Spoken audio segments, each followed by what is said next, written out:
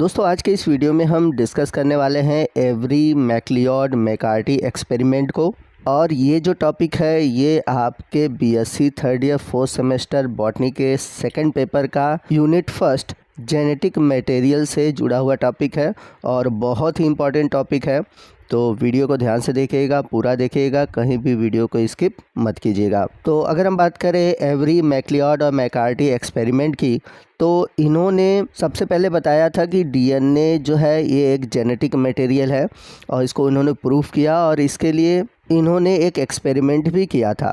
उसी एक्सपेरिमेंट को हम डिटेल से आज समझेंगे। तो इन तीनों साइंटिस्ट के एक्सपेरिमेंट को समझने से पहले हमें ग्रिफिथ के एक्सपेरिमेंट को समझना होगा। और मैं आपको बता दूं कि प्रीवियस वीडियो में मैंने ग्रिफिथ के एक्सपेरिमेंट के बारे में आपको डिटेल से पढ़ाया हुआ है।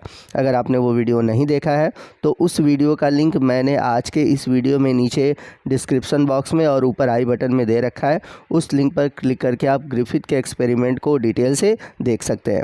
यहाँ पर मैं थोड़ा सा ग्रिफिथ एक्सपेरिमेंट को डिस्कस कर लूँ ताकि आपको आगे जो इन तीनों साइंटिस्ट के एक्सपेरिमेंट है वो अच्छे से समझ में आ जाए। तो ग्रिफिथ ने 1928 में एक एक्सपेरिमेंट किया था और उसके लिए उन्होंने एक बैक्टीरिया लिया था जिसका नाम था स्ट्रेप्टोकोकस निमोनी, जिससे कि निमोनिया नामक एक डिजीज़ होता है। तो इन्होंने एक्सपेरिमेंट के दौरान स्ट्रेप्टोकोकस के दो वेरिएंट लिए।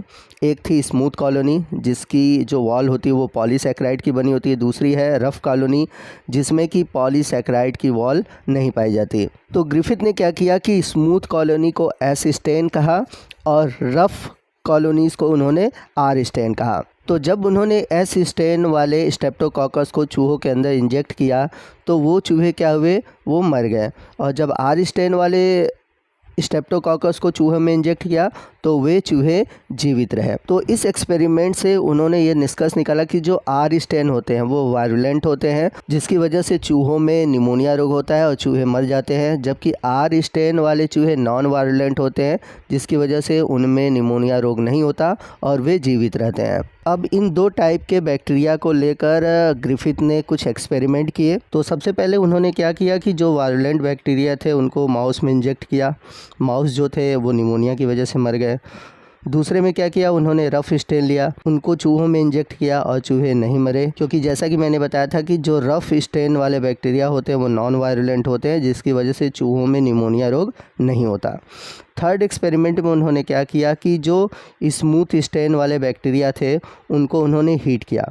अब हीट करने के बाद उन्होंने क्या किया कि इन्होंने इस हीट किल स्मूथ स्टेन वाले बैक्टीरिया को चूहों के अंदर इंजेक्ट किया।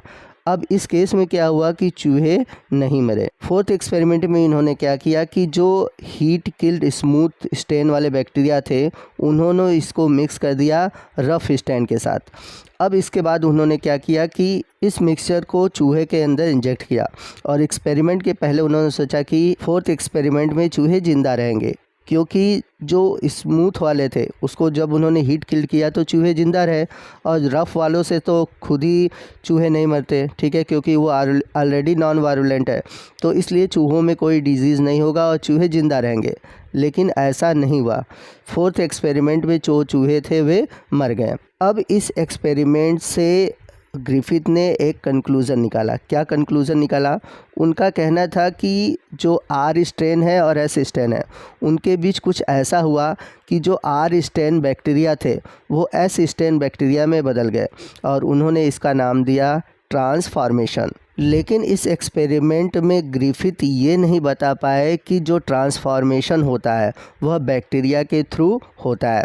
तो इस चीज़ को प्रूफ करने के लिए एवेरी, मैक्लियोड और मैकार्टी ने एक एक्सपेरिमेंट किया और उन्होंने प्रूफ किया कि जो जेनेटिक मटेरियल होता है वो डीएनए होता है। तो ये एक्सपेरिमेंट क्या है अब इसको हम समझते हैं। तो 1944 में एवेरी, मैक्लियोड और मैकार्टी ने एक रिजल्ट पब्लिश किया जिसमें कि उन्होंने ट्रांसफॉर्मिंग प्रिंसिपल पे वर्क किया था, जिसमें कि ग्रिफिथ ने स्ट्रेप्टोकोकस निमोनी बैक्टीरिया को लिया था। तो इन्होंने क्या किया कि अपने जो एक्सपेरिमेंट है उस एक्सपेरिमेंट में ग्रिफिथ के द्वारा जो लिया गया बैक्टीरिया था हीट किल्ड स्मूथ स्टेन वाला बैक्टीरिया, तो इस वाले बैक्टीरिया को उन्होंने टेस्ट ट्यूब के अंदर लिया। तो अब उस टेस्ट ट्यूब में क्या था, उस टेस्ट ट्यूब में अगर वो बैक्टीरिया है तो उसमें लिपिड होगा, कार्बोहाइड्रेट होंगे और उसका जेनेटिक मटेरियल डीएनए होगा, कुछ आरएनए होंगे, प्रोटीन होंगे, तो ये सभी चीज़ें होंगी। तो उस समय ये भी माना जाता था कि जो जेनेटिक मटेरियल है वो प्रोटीन है। तो इस वजह से उन्होंने क्या किया कि उस टेस्ट ट्यूब में जो लिपिड और कार्बोहाइड्रेट्स थे उनको उन्होंने रिमूव कर दिया। अब इसको इन्होंने कैसे रिमूव किया? With the help of enzyme. तो लिपिड और कार्बोहाइड्रेट को रिमूव करने के बाद अब टेस्ट ट्यूब में क्या बचा? डीएनए, आरएनए और प्रोटीन। अब इसी को लेकर इन्होंने एक्सपेरिमेंट किया। अब वो एक्सपेरिमेंट है क्या?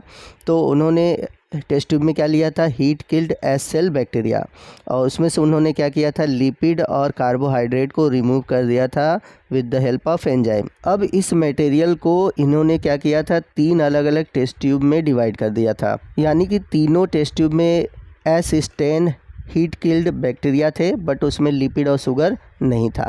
तो फर्स्ट वाले टेस्ट ट्यूब में उन्होंने क्या किया कि प्रोटीनेज नामक एंजाइम को डाला। तो जैसा कि हम सभी जानते हैं कि जो प्रोटीनेज एंजाइम है वो प्रोटीन को डाइजेस्ट करता है।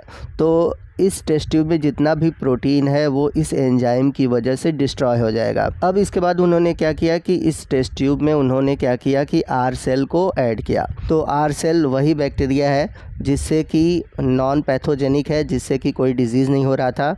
अब जब इस मटेरियल को उन्होंने चूहे में इंजेक्ट किया, चूहा वहाँ पर क्या होता था? मर जाता था। अब दूसरे वाले टेस्ट ट्यूब में उन्होंने क्या किया कि आरएनएज नामक एंजाइम डाल दिया, जिससे कि उसमें अगर आरएनए था टेस्ट ट्यूब में तो वो क्या हो रहा था? डाइजेस्ट हो गया। अब उसके बाद फिर से उन्होंने आर सेल डाला। अब जब इस मटेरियल को उन्होंने चूहों में इंजेक्ट किया तो यहाँ पर भी चूहे क्या थे? मर गए। अब थर्ड वाले एक्सपेरिमेंट में उन्होंने क्या किया कि डीएनएज नामक एंजाइम को थर्ड वाले टेस्ट ट्यूब में डाला। अब क्या हुआ कि उसमें जितने भी डीएनए थे वे सभी खत्म हो गए। अब इसके बाद जब उस टेस्ट ट्यूब में उन्होंने आर सेल डाला और इस सेल को जब उन्होंने चूहों में इंजेक्ट किया तो इस बार चूहे जो थे वे जीवित रहे। अब इस एक्सपेरिमेंट से आप क्या समझते हैं, यानी कि इस एक्सपेरिमेंट का कंक्लूज़न क्या है? तो अगर देखा जाए पहले टेस्ट ट्यूब में जब उन्होंने प्रोटीनेज एंजाइम डाला तो प्रोटीनेज एंजाइम की वजह से तो प्रोटीन ख़त्म हो गया, लेकिन डीएनए और आरएनए रहे, जिसकी वजह से चूहा क्या हुआ? वहाँ पर मर गया। दूसरे वाले में उन्होंने आरएनएज एंजाइम डाला, आरएनए तो ख़त्म हो गए लेकिन वहाँ पर डीएनए और प्रोटीन थे, लेकिन उस केस में भी चूहा क्या था? मर गया। थर्ड केस में जब उन्होंने डीएनएज एंजाइम डाला तो उस केस में वहाँ पर क्या बचता है? केवल आरएनए और प्रोटीन, डीएनए ख़त्म हो जाता है। तो उस केस में उन्होंने देखा कि चूहे क्या थे? जिंदा थे।